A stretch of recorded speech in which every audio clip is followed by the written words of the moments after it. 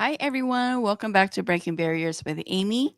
Today, we're diving into something that I know a lot of us experience but don't always recognize: emotional triggers.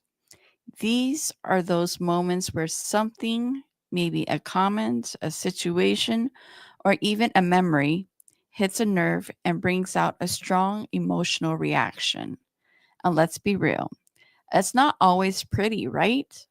So, if you've ever caught yourself reacting in a way that even surprised you, stick around, and because we're going to be breaking it down together. So I'll be honest, this is something I've had to work through myself. There were times when certain situations would instantly put me in a bad mood and I wouldn't even know why. For example, when my son had his accident, I didn't realize how much that moment shaped the way I responded to certain situations. I would hear about similar accidents or even see certain places, and my heart would race. That was my trigger. It brought back feelings of helplessness and frustration from not being able to be there for him. And I think a lot of us have these moments, whether they come from past experiences, childhood, or just deeply emotional moments in life. But here's the key: recognizing them is the first step to managing them. So, how do we start working through them? Here are a few things that has helped me. One, paying attention to your reactions. If something makes you feel instantly upset, anxious, or frustrated, pause and ask yourself, why do I feel this way?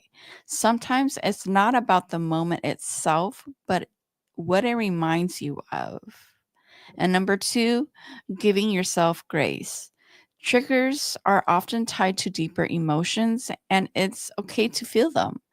What matters is how we choose to respond once we recognize them. And three, take control of the narrative. Instead of letting triggers pull you back into a past mindset, remind yourself that you are in a different place now. I started shifting my thoughts from I wasn't there for him to I am showing up now in ways that matter.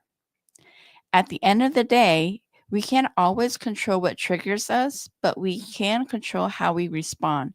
And that's where growth happens. So, if something I shared today resonated with you, let me know in the comments. What's one way you've learned to manage emotional triggers? Let's keep this conversation going because we're all in this together. And as always, if you found this helpful, give me a thumbs up. If you agree, family first. Thanks for hanging out with me today, and I'll see you next time on Breaking Barriers with Amy. Bye.